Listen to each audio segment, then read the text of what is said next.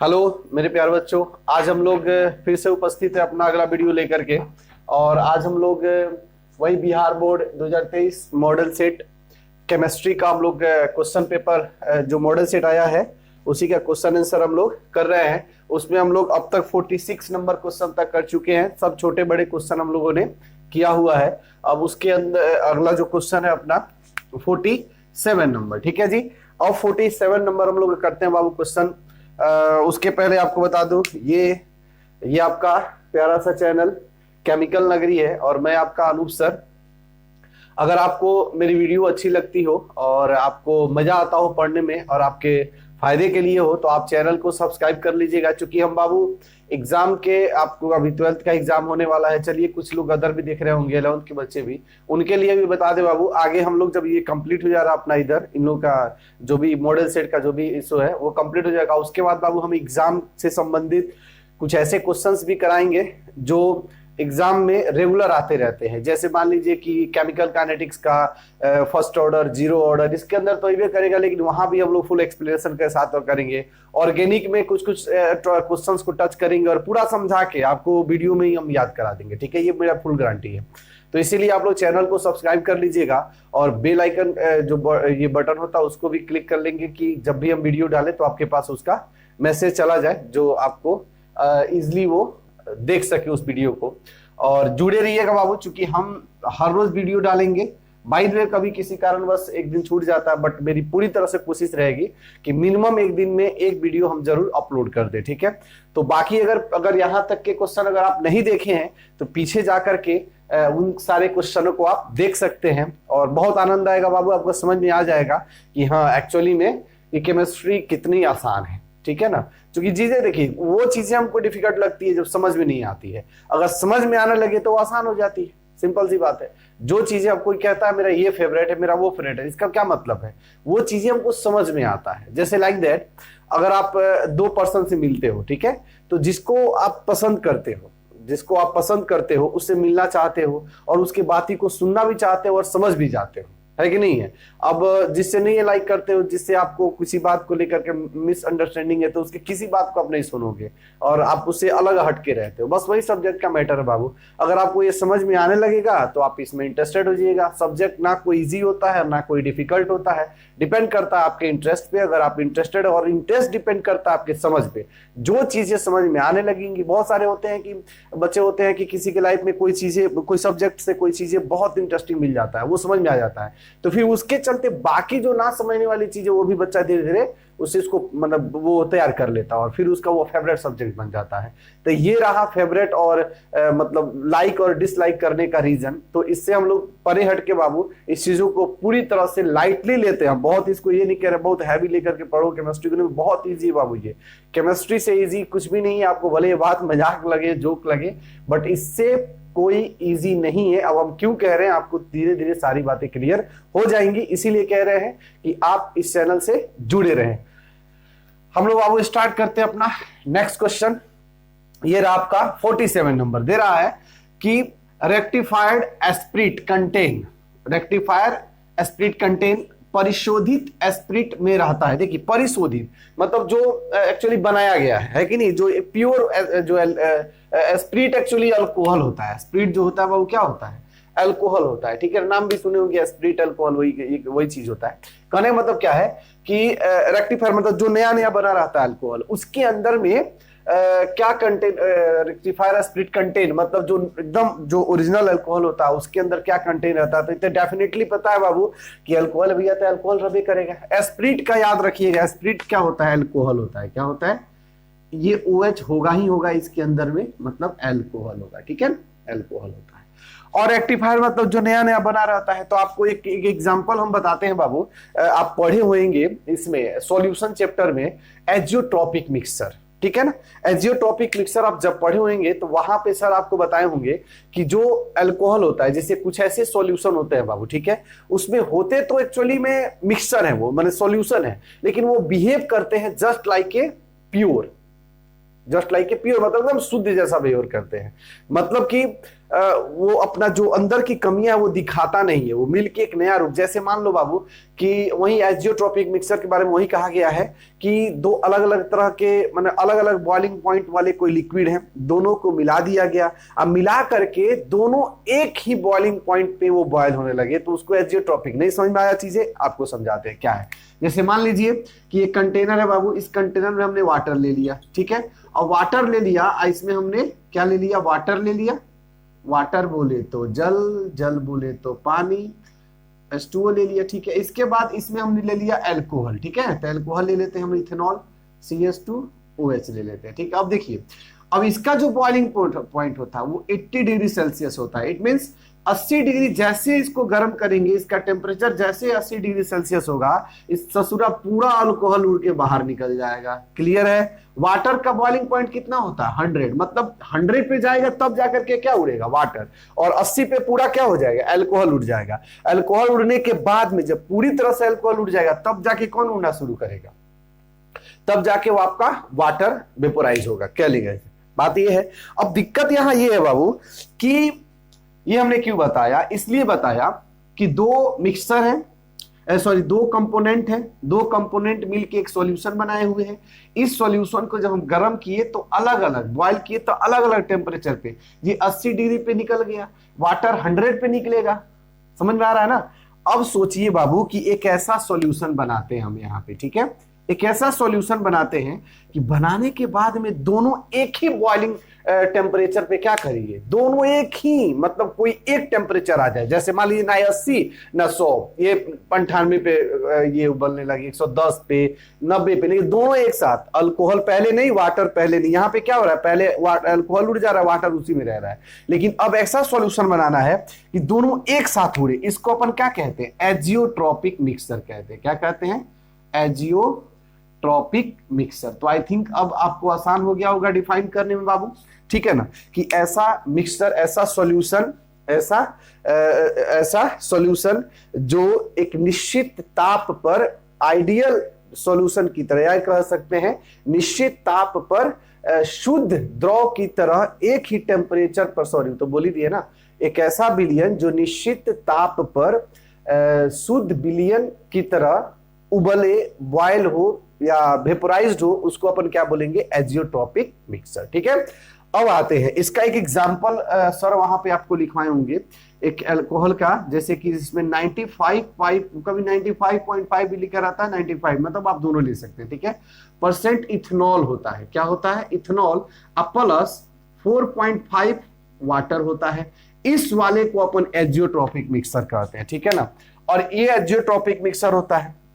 Actually जितने भी alcohol बनते हैं बाबू, अब जब आप सोचिए कि जो शराब बनाने वाले होते हैं, शराब बनाने वाले जो प्योर अल्कोहल बनाते हैं, एक्चुअली जो प्योर अल्कोहल बनता है, क्या उसको 100% उसमें इथेनॉल होगा? नहीं, उसके अंदर में 5% या 4.2% क्या होगा बाबू, वाटर होगा ही, डेफिनेटली होगा।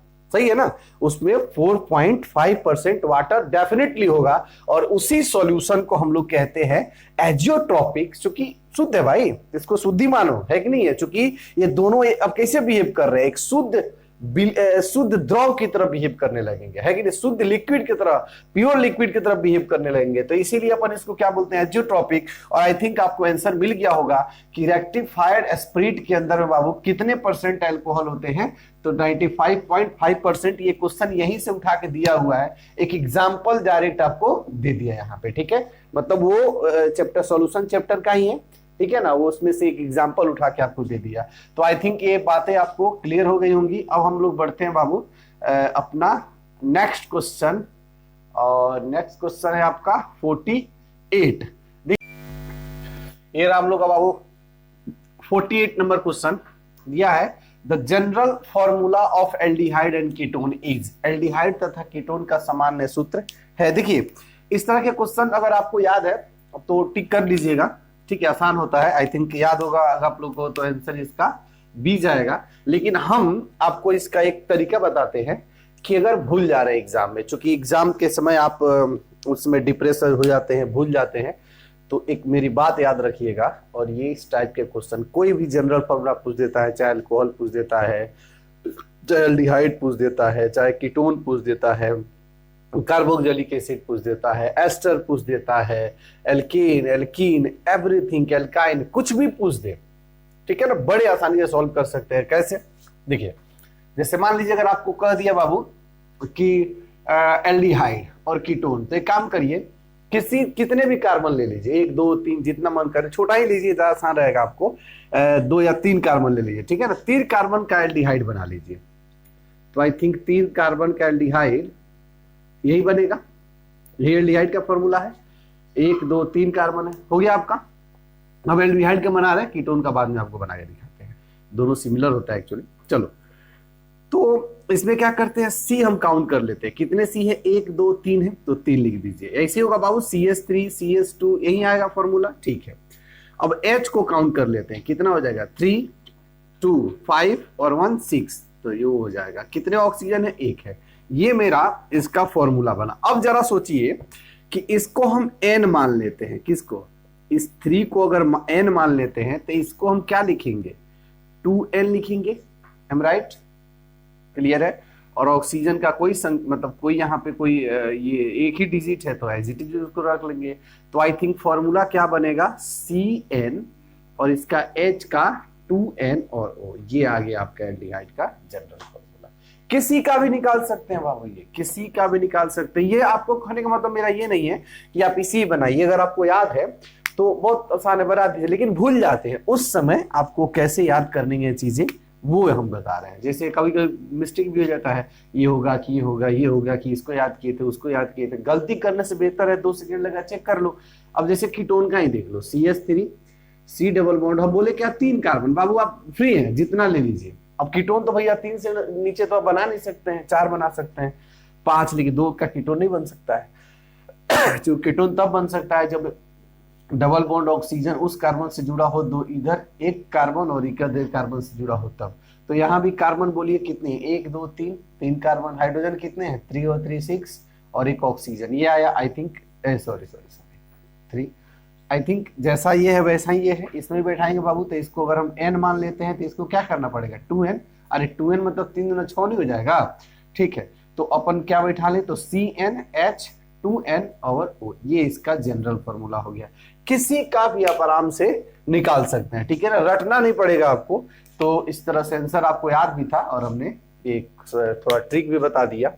यही है बाबू, हम जो ये करा रहे हैं ना, हम कोशिश कर रहे हैं चीजों को कि आप, अब जैसे ये है, इसमें कंफ्यूजन होगा, भूल जाइएगा। ये जो फॉर्मूला बस इतना याद है कि चलिए कीटोन में क्या होता है, CHO होता है, सॉरी एल्डिहाइड में क्या होता है, CHO होता है, कीटोन में क्या होता है, C डबल बॉन्ड होता है। इतना याद लगभग रहबे करता है, इसका फंक्शन कौन सा है। और जब इतना याद है तो इन बाकी चीजों को हम क्यों याद करें, है कि नहीं है। एक छोटी सी चीज याद कर, जैसे सभी काम करते हैं, अब उसी पे हम थोड़ा सा अपनी अंडरस्टैंडिंग बढ़ाते हैं, कि नहीं, उसी समझ से अपना कंसेप्ट जोड़ते हैं और नई चीजों को हम लोग देखते हैं। तो ये रहा बाबू अपना 48 नंबर क्वेश्चन। अभी हम अगला क्वेश्चन स्टार्ट करते हैं 49 नंबर। ये हम लोग बाबू 49 नंबर क्वेश्चन दिया है, Which of the following give Cannizzaro reactions, निम्नलिखित में से किसके साथ कैनिजारो अभिक्रिया होती है। बाबू इतना याद रखिएगा कि जो ये कैनिजारो है ना, कैनिजारो रिएक्शन, ठीक है ना, ये इतना समझ लीजिए कि बिहार बोर्ड का पसंदीदा क्वेश्चन है, ठीक है। बिहार बोर्ड नहीं, ये बहुत पसंदीदा है एक्चुअली किसी भी टीचर को, मतलब टीचर के लिए, अगर बोर्ड वाले लोगों के लिए बहुत ज्यादा कैनिजारो रिएक्शन से, कैनिजारो और एक होता है एल्डोल कंडेंसेशन, दोनों एल्डिहाइड चैप्टर से आते हैं। और कैनिजारो एल्डोल एक ही साथ पढ़ा जाता है बाबू, ठीक है ना। ये आपके केमिकल प्रॉपर्टीज ऑफ एल्डिहाइड और कीटोन के अंदर ये दोनों ही रिएक्शन आते हैं। और मजेदार रिएक्शन है, इंटरेस्टिंग है, चीजें थोड़ी सी इसमें कॉम्प्लेक्स हैं, क्योंकि जनरली जो रिएक्शन होते हैं थोड़े से ये कॉम्प्लिकेटेड है। कॉम्प्लिकेटेड अब ये नहीं कि नहीं आएगा, ठीक है ना, आसान है लेकिन मजेदार है, और इसको अच्छे से आप लोग ध्यान रखेंगे, ठीक है। सबसे पहले तो ये क्वेश्चन बहुत आसान है, क्योंकि ये सिर्फ ये पूछ रहा है कि which of the following gives Cannizzaro reaction, इसमें से कौन होता है जो कैनिजारो रिएक्शन देता है। तो याद रखिएगा बाबू, जिसके पास अल्फा हाइड्रोजन ऑब्सेंट हो, क्या हो, अब्सेंट हो मतलब अनुपस्थित हो, ठीक है ना, वो कोई एल्डिहाइड हो और जिसके पास क्या हो, मतलब एल्डिहाइड ही करता है एक्चुअली, एल्डिहाइड कीटोन बोल ही रहे हम, तो कीटोन नहीं एल्डिहाइड, ठीक है ना। और कीटोन कह देंगे तो मामला गड़बड़ हो जाएगा ना, ठीक है नहीं, तो एल्डिहाइड हो क्या होना चाहिए, एल्डिहाइड, और एल्डिहाइड के पास क्या होना चाहिए बाबू, अल्फा हाइड्रोजन एब्सेंट होना चाहिए, नहीं होना चाहिए, नहीं होगा तो वो क्या करेगा, कैनिजारो रिएक्शन आपको कर लेगा। चलो लिख देते हैं अपन, कैनिजारो रिएक्शन कर लेगा, याद रखना है अल्फा हाइड्रोजन जिसके पास एब्सेंट हो कैनिजारो रिएक्शन कर लेता है। अब थोड़ा अल्फा हाइड्रोजन को समझा दे कि होता क्या है बाबू, तो कोई भी फॉर्मूला आप लिख लीजिए, जैसे मान लीजिए C double bond OH aldehyde है कि नहीं है, यहाँ पे आप CH2 यहाँ पे CH3 लिख लेते हैं, तो ये होता क्या है, जो फंक्शनल ग्रुप पर कार्बन है उससे बगल वाले को अल्फा कहते हैं, उससे बगल वाले को बीटा कहते हैं, उससे बगल वाले को गामा कहते हैं, इसके आगे कुछ नहीं कहते, इतना ही तक कहते हैं कि नहीं है, अल्फा बीटा गामा। तो ये अल्फा हाइड्रोजन यहाँ एब्सेंट होना चाहिए, यहाँ पे अल्फा हाइड्रोजन नहीं होना चाहिए। तो ऐसा कोई भी फॉर्मूला आप इस सब में चेक कर लीजिए कि एल्डिहाइड हो और साथ में उसमें अल्फा हाइड्रोजन एब्सेंट हो, अगर ये कंडीशंस उसके अंदर है तो समझ जाइए वो कैनिजारो करेगा, अदरवाइज नहीं करेगा। चलिए तो देखते हैं हम लोग इसके अंदर कोई ऐसा है ऑप्शन क्या, तो देखेंगे पहला ऑप्शन देखते हैं, ठीक है बाबू, CH3 C double bond OH, यही है, यही है, इसके पास अल्फा भी एक कार्बन है और उस अल्फा कार्बन से जुड़ा हुआ तीन हाइड्रोजन है। आई थिंक ये ऑप्शन सही नहीं है क्योंकि अल्फा हाइड्रोजन इसके अंदर प्रेजेंट है। बी ऑप्शन देखते हैं, वो बी ऑप्शन दिया हुआ है H C double bond OH, इसके पास क्या अल्फा कार्बन है क्या बाबू, हाँ इसको आप ये अल्फा मत कह दीजिएगा, है कि नहीं है, कार्बन हो और उस कार्बन से जुड़ा हुआ जो होता है उसको अल्फा कहते हैं, है कि नहीं, इसको अल्फा नहीं कहेंगे, ये अल्फा नहीं कहलाएगा, ये किसका पार्ट है, इस कार्बन का पार्ट है कि नहीं है। और ये अल्फा जो हम क्यों कह रहे हैं, क्योंकि अल्फा कार्बन का पार्ट है हाइड्रोजन, इसीलिए हम अल्फा हाइड्रोजन कहते हैं, है कि नहीं है, क्योंकि इस हाइड्रोजन का जो भी नेचर प्रकृति जो भी होता है वो जिस कार्बन से जुड़ा रहता है उस कार्बन को कहते हैं। जैसे ये अल्फा से जुड़ा कार्बन से तो इसको अल्फा हाइड्रोजन बोलेंगे, यहाँ अल्फा से नहीं है ये बाबू, तो फंक्शनल ग्रुप का ही कार्बन से जुड़ा हुआ है, तो इसीलिए अल्फा हाइड्रोजन नहीं है, याद रखिएगा। तो आई थिंक आंसर आपको मिल गया बाबू कि आंसर कौन सा हो जाएगा आपका बी। बाकी चेक कर लेते हैं, ये कार्बोक्सिलिक एसिड है, ये तो डेफिनेटली नहीं होगा, और ये कीटोन है तो ये तो नहीं होगा, मतलब एल्डिहाइड जो होते हैं उसी के पास में अल्फा हाइड्रोजन, और कौन सा एल्डिहाइड, फॉर्मल्डिहाइड, इसका नाम क्या होता है बाबू, फॉर्मल्डिहाइड, फॉर्मल्डिहाइड, है कि नहीं, फॉर्मल्डिहाइड। तो फॉर्मल्डिहाइड भी कहते हैं, IUPAC नाम क्या होता है, मेथेनॉल, मेथेनॉल भी होता है, ये IUPAC नाम, ये कॉमन नेम हो गया इसका, तो formaldehyde is the right answer इसका हुआ। चलिए आगे बात करते हैं अपन 50 नंबर क्वेश्चन। तो ये हम लोग एक्स्ट्रा अपना देखते हैं 50 नंबर क्वेश्चन, ठीक है, और 50 नंबर में क्या दे रहा है कि the IUPAC name of CH3CHOE is, मतलब CH3 का IUPAC नाम लिखना है, हिंदी में नहीं लिखे, ये नेम मत पता ही होगा, IUPAC नेम लिखना है, ठीक है। चलिए हमने क्या बोला था बाबू कि जब भी IUPAC से संबंधित कोई भी क्वेश्चन आया, ठीक है, तो पहले आप क्या करना, IUPAC उसका नाम लिख लेना, ठीक है, और उसके बाद चेक करना ऑप्शन, तो ज्यादा बेहतर रहता है, ऑप्शन चेक करोगे फंस जाओगे, याद रखना, ठीक है। तो करते हैं बाबू CH3 C डबल बॉन्ड और H, ठीक है। एक फॉर्मूला उस दिन बताए थे आपको, P2 plus P1 plus elk plus elk, ये एक धांसू फॉर्मूला है बाबू, इसमें S1 और S2, ठीक है ना, ये फॉर्मूला हम आपको कभी ना हो समय मिले तो एक्सप्लेन कर देंगे, लेकिन थोड़ा बहुत यहीं पे आप कोशिश करते हैं, हम लोग थोड़ा बहुत तो बता ही चुके हैं।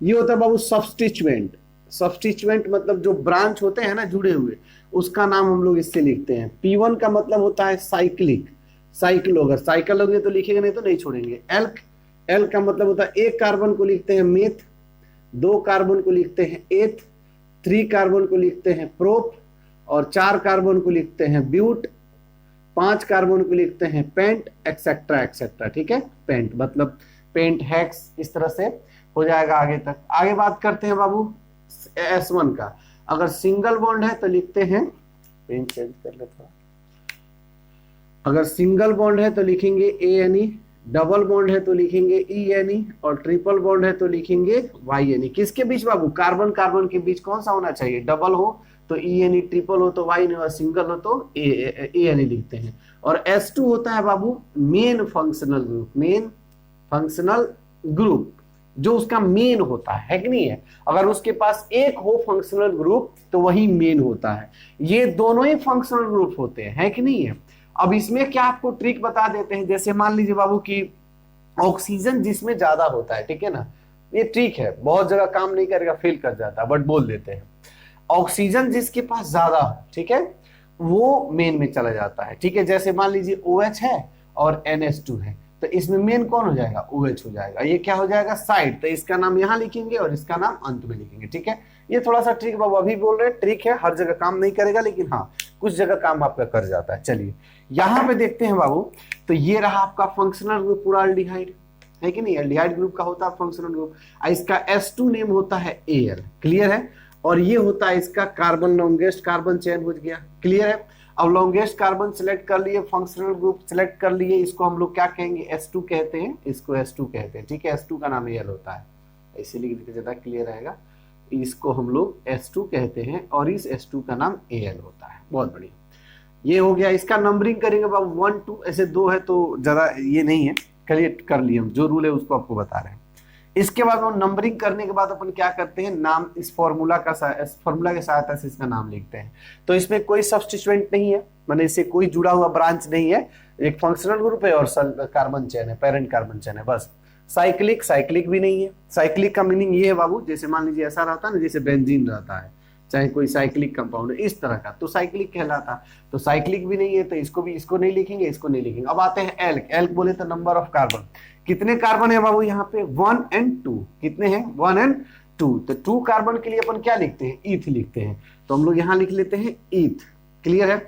अब कार्बन और कार्बन के बीच, यहाँ अब कार्बन ऑक्सीजन का बॉन्ड मत देख लेना बाबू, कार्बन और कार्बन के बीच बॉन्ड देखना है, तो कितने हैं, सिंगल है, तो इसके आगे क्या लिखेंगे, ANE लगा दिए, क्लियर है।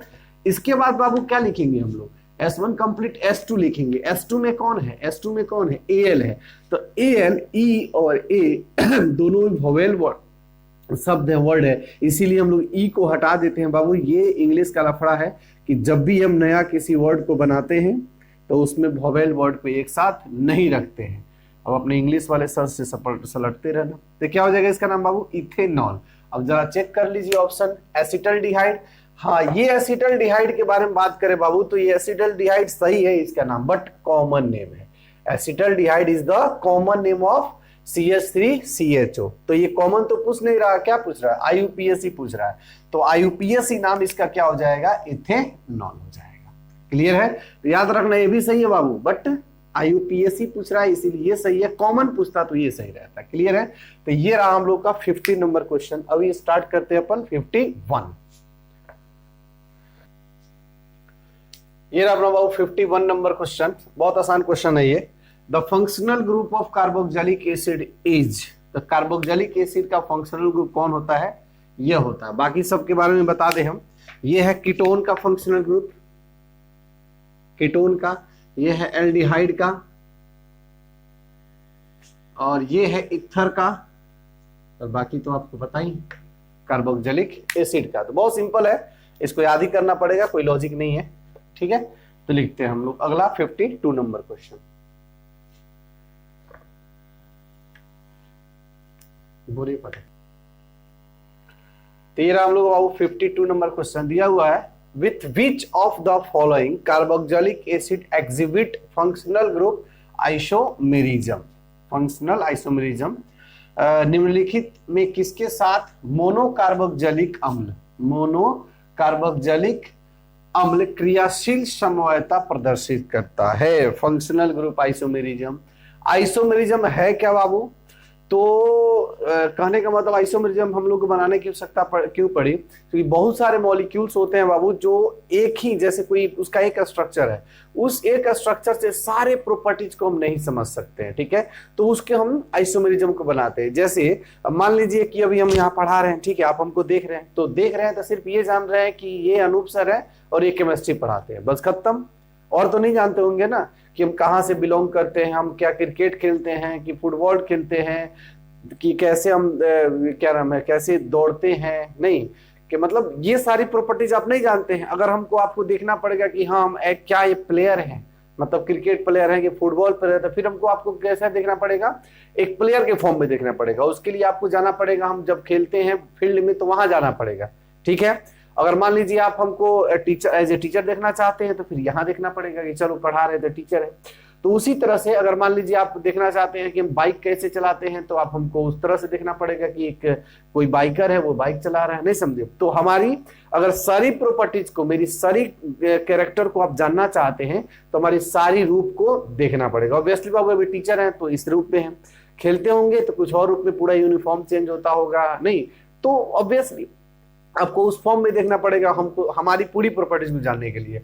एज इट इज उसी तरह से बहुत सारे मॉलिक्यूल के सभी प्रॉपर्टीज को उसके एक कैरेक्टर, एक फोटो को देख करके ये बोले कि जो स्ट्रक्चर है उसके एक स्ट्रक्चर को देख करके सारी प्रॉपर्टीज को हम नहीं समझ पाते हैं, तो उस समय हमको उसके डिफरेंट डिफरेंट स्ट्रक्चर बनाने की आवश्यकता पड़ती है। और वही डिफरेंट डिफरेंट स्ट्रक्चर को हम आइसोमर कहते हैं, और जो बनाते हैं वो जो प्रोसेस होता है बनाने का उसको क्या कहते हैं, आइसोमेरिज्म कहते हैं। इसमें मस्ट बात ये होती है कि बनाएंगे डिफरेंट डिफरेंट स्ट्रक्चर, मतलब भिन्न भिन्न संरचना बनाएंगे उसका, लेकिन उसके मॉलिक्यूलर फॉर्मूला सेम होना चाहिए। हम तो सेम होने वाले, मेरा अलग रूप हो जाएगा, है कि नहीं। हम वहां गए तो प्लेयर हो गए, बट नाम तो मेरा अनूप ही है। अगर मान लीजिए हम बाइक चला रहे हैं तो वहां भले हम बाइकर बन गए, बट मेरा नाम क्या है, अनूप ही है।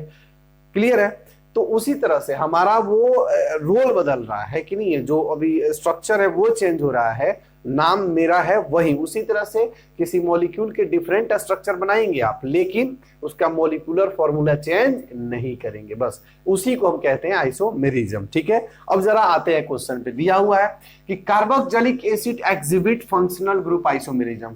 फंक्शनल ग्रुप आपको पता होगा बाबू कि किसी भी कंपाउंड का वह पार्ट जिससे उस मॉलिक्यूल की सारी केमिकल प्रॉपर्टीज या physical properties, almost physical and chemical properties define होती है, डिसाइड होती है, ये सुनिश्चित किया जाता है कि ये किस कैरेक्टर का है, अम्ल है, क्षार है, कि कैसा है, रिएक्शन कैसा करेगा, वो सारे डिसाइड जो करते हैं उसके पूरे बॉडी पर, मतलब पूरे मॉलिक्यूल्स में वो एक स्ट्रक्चर होता है जो उन सारे कैरेक्टर को डिफाइन करता है, फिजिकल एंड केमिकल प्रॉपर्टीज को, उसको क्या कहते हैं हम लोग, फंक्शनल ग्रुप कहते हैं। क्लियर है। उसको हम लोग जैसे ये मेरा पूरा बॉडी है, तो मेरा पूरा बॉडी आप मॉलिक्यूल ले लीजिए। अब जैसे हमको पहचानना हो तो क्या मेरे हाथ देख के पहचान सकते हैं, मेरा पीठ, मेरा पैर, कुछ नहीं देख के पहचानेंगे, सिर्फ मेरा क्या, सिर। तो ये छोटा ही है बट बहुत इंपॉर्टेंट पार्ट है। वैसे ही एक मॉलिक्यूल के अंदर में फंक्शनल ग्रुप भी छोटा ही होता है, बट उसकी बहुत मतलब पूरा इंपॉर्टेंट, ये कह सकते हैं कि पूरा का प्रॉपर्टीज वही डिफाइन करता है। क्लियर है। उसी को हम लोग फंक्शनल ग्रुप कहते हैं। ठीक है बाबू। और फंक्शनल ग्रुप की चेंज मतलब देखना है कि उसमें कौन सा फंक्शनल ग्रुप आइसोमेरिज्म उसमें से कौन शो करेगा, ये ऑप्शन दिया हुआ है। तो पहले कार्बोक्सिलिक एसिड का हम एक फॉर्मूला लिख लेते हैं ना, ज्यादा क्लियर रहेगा। हम RC+OH इसको कहते हैं कार्बोक्सिलिक एसिड। R का मतलब नंबर ऑफ कार्बन, आप जितना दे दीजिए, ठीक है ना। ये हो गया कार्बोक्सिलिक एसिड। अब कार्बोक्सिलिक एसिड में देखेंगे बाबू तो 2 ऑक्सीजन है, ठीक है ना। तो इस सबों में से वही सही होगा जिसके पास 2 ऑक्सीजन होगा। तो चेक कर ले फड़ा राउंड अप ईथर, इसमें तो 2 नहीं है, सिर्फ 1 ऑक्सीजन है, तो ये ऑप्शन ऐसे ही गलत हो गया। अल्कोहल, इसमें भी क्या होते हैं, सिर्फ ये फंक्शनल ग्रुप लिखना है बाबू, इसमें सिर्फ 1 ऑक्सीजन है। इसमें देखते हैं एल्डिहाइड, C+OH, इसमें भी कितने ऑक्सीजन है, 1 ही ऑक्सीजन है कि नहीं है। एस्टर को अपन लिखते हैं RC+O और OR। आई थिंक आपको समझ में आ गया होगा कि आंसर कौन सा होगा। तो ये डी ऑप्शन, चूंकि इसके पास पॉसिबिलिटी है कि अपने आप को चेंज कर ले। हम एक एग्जांपल से आपको ये चीज क्लियर कर लेते हैं। जैसे मान लीजिए यहाँ पे हम लिख लेते हैं वो CH3C+O, ठीक है। और नहीं, थोड़ा और बड़ा कर ले, यहाँ लिख लेते हैं CH3 CH2NOH। ये आपको कार्बोक्सिलिक एसिड हो गया, है कि नहीं है। इसका मॉलिक्यूलर फॉर्मूला देखिए तो 1 2 3 C3H कितने हो गए, 3 2 5 और 1 6, तो H6 और O कितने हो गए, 2। क्लियर है। ये इसका मॉलिक्यूलर फॉर्मूला हो गया। जरा कार्बोक्सिलिक एसिड एस्टर में इसको कन्वर्ट करके देखते हैं। तो CH3 C+O और O CH3 एस्टर हो गया। अभी कार्बोक्सिलिक एसिड और ये क्या बन गया, एस्टर। अब जरा इसका मॉलिक्यूलर फॉर्मूला देखते हैं बाबू।